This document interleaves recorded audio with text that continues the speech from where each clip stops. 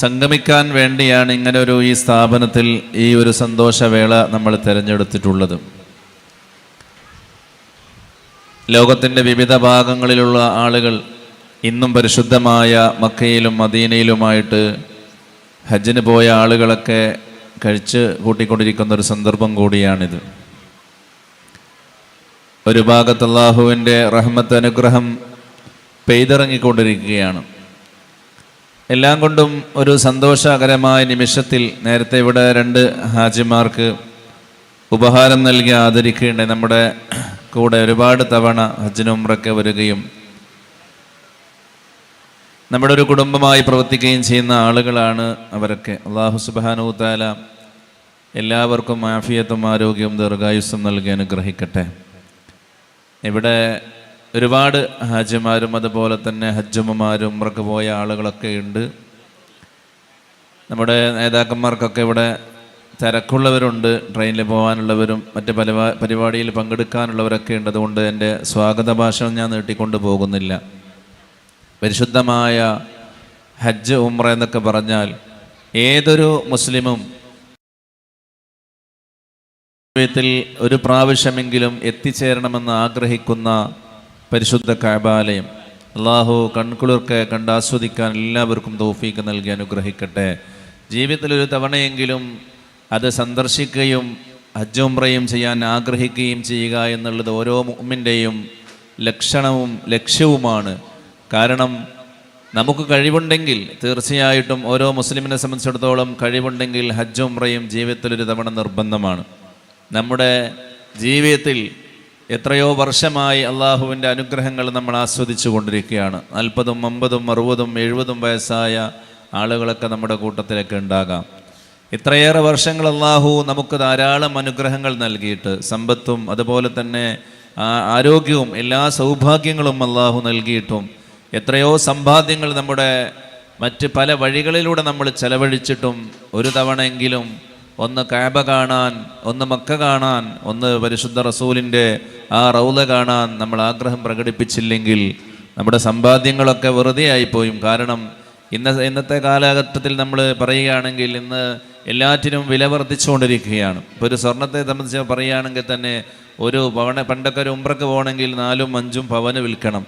ഇന്ന് 1 പവൻ സ്വർണം വിറ്റാൽ തന്നെ ഉള്ളവർക്ക് 1 പവൻ സ്വർണം വിറ്റാൽ തന്നെ ഒരു ഉംറയ്ക്ക് പോയിട്ട് പൈസ ബാക്കിയുണ്ടാവും. ആ ഒരു രീതിയിലാണ് എല്ലാറ്റിനും കൂടി പോവുകയാണ്. ആ രീതിയിൽ ഏറ്റവും ചുരുങ്ങിയ ചിലവർ 1 ലക്ഷത്തിൻ്റെ ഉള്ളിൽ രൂപയുണ്ടെങ്കിൽ മാത്രം നമുക്ക് പരിശുദ്ധമായ 2 ഹറമുകളും സന്ദർശിച്ച് നമ്മുടെ നിർബന്ധ ബാധ്യത തീർത്ത് അള്ളാഹുവിൽ കൂടുതൽ അടുത്തുകൊണ്ട് നമുക്ക് തിരിച്ചു വരാൻ സാധിക്കും. കാരണം എപ്പോഴാണ് ഈ ലോകത്തിൽ നിന്ന് നമ്മൾ വിട പറഞ്ഞു പോവുക, എപ്പോഴാണ് മരണം നമ്മെ തേടിത്തുക എന്ന് നമുക്ക് പറയാൻ കഴിയില്ല. അങ്ങനെ ഹജ്ജ് ഉംറയും ചെയ്യാൻ കഴിയാതെ സമ്പാദ്യങ്ങളും ഉണ്ടായിട്ടും എല്ലാവിധ സൗഭാഗ്യങ്ങളുണ്ടായിട്ടും എല്ലാവിധ സാഹചര്യങ്ങളും ഒത്തു വന്നിട്ടും ഹജ്ജ് ഉംറയും ചെയ്യാൻ ആഗ്രഹമുണ്ടായിട്ട് പക്ഷേ അതിനൊരുങ്ങാതെ മരണപ്പെട്ടു പോയ എത്രയോ ആളുകൾ നമുക്കറിയാം. അതുകൊണ്ട് പ്രിയപ്പെട്ട മുഅ്മിനീങ്ങളോട് മുത്തഖീങ്ങളായ ആളുകൾ ഏറ്റവും ആഗ്രഹിക്കുന്ന ഒരു സൽക്കർമ്മമായ ഹജ്ജ് ഉംറ ജീവിതത്തിൽ ഒരു തവണയെങ്കിലും ചെയ്യാൻ വേണ്ടി ആരോഗ്യമുള്ള സമയത്ത് തന്നെ നിങ്ങൾ ശ്രമിക്കണം.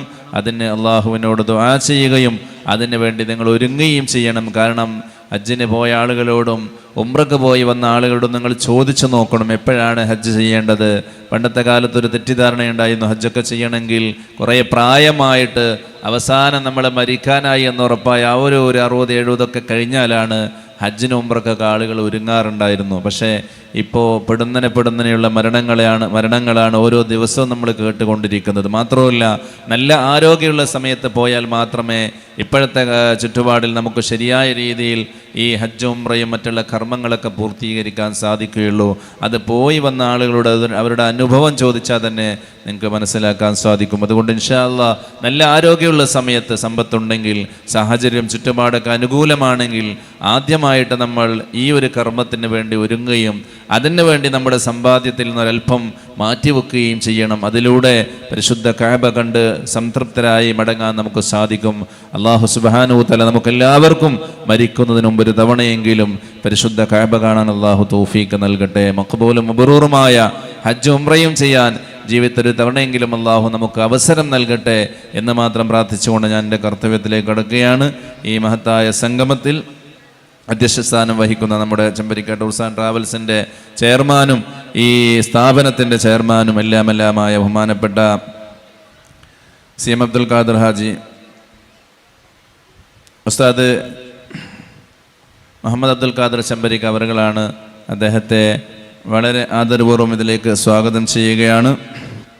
അതുപോലെ തന്നെ ഇവിടെ ഈ മഹത്തായ സദസ്സിൽ ഒരുപാട് പണ്ഡിത മഹത്വങ്ങളും അതുപോലെ തന്നെ പിന്നെ ഹജ്ജിന് പോയി വന്ന ആളുകളൊക്കെ മറ്റേ ഉണ്ട്. ഇന്നത്തെ യോഗം ഉദ്ഘാടനം ചെയ്യുന്നത് ബഹുമാനപ്പെട്ട ഉസ്താദ് അബ്ദുൽ ഷുക്കൂർ കാസിമി അവറുകളാണ്. അദ്ദേഹത്തെയും വളരെ ആദരപൂർവ്വം ഞാൻ ഈ പരിപാടിയിലേക്ക് സ്വാഗതം ചെയ്യാണ്. മുഖ്യ പ്രഭാഷണം നടത്തുന്ന ഉസ്താദ് ഹാഷിം മൗലവി പന്തളം, അദ്ദേഹത്തെയും ഞാൻ ഈ പരിപാടിയിലേക്ക് സ്വാഗതം ചെയ്യാണ്. അതുപോലെ തന്നെ വേദിയിൽ ഇരിക്കുന്ന ബെർക്ക ബഹുമാനപ്പെട്ട അഹമ്മദ് ഹാജി അസ്മാസ്, അതുപോലെ തന്നെ മുഹമ്മദ് ഹാജി ഗോവ, അതുപോലെ തന്നെ ഒരുപാട് ആളുകൾ നമ്മുടെ ഈ വർഷം ഹജ്ജിന് പോയി വന്ന ഹാജിമാരൊക്കെ നമ്മുടെ വേദിയിലുണ്ട്. എല്ലാവരെയും അതുപോലെ തന്നെ ഈ സദസ്സിലുള്ള ഹാജിമാരെയും അതുപോലെ തന്നെ കുടുംബാംഗങ്ങളെയും സഹോദര സഹോദരിമാരെയും ഇവരൊക്കെ വന്ന ആളുകളെയും ഹജ്ജിന് വന്ന ആളുകളെയും ഇവിടുത്തെ മുത്തഅല്ലിമീങ്ങളെയും നാട്ടുകാരെയും ഈ സ്ഥാപനത്തെ സ്നേഹിക്കുന്ന മുഴുവൻ ആളുകളെയും എല്ലാവരെയും ഈ പരിപാടിയിലേക്ക് ഹാർദവമായി സ്വാഗതം ചെയ്തുകൊണ്ട് ബഹുമാനപ്പെട്ട മുഹമ്മദ് അബ്ദുൽ ഖാദർ ഉസ്താദ് അവറുകളെ ഈ പരിപാടിയിൽ അധ്യക്ഷ സ്ഥാനം വഹിക്കുന്നതിന് വേണ്ടി ക്ഷണിച്ചുകൊണ്ട് നിർത്തുന്നു. ആഖിറു ദഅവാന അൽഹംദുലില്ലാഹി റബ്ബിൽ ആലമീൻ. അസ്സലാമു അലൈക്കും വറഹ്മത്തുള്ളാഹി വബറകാതുഹു.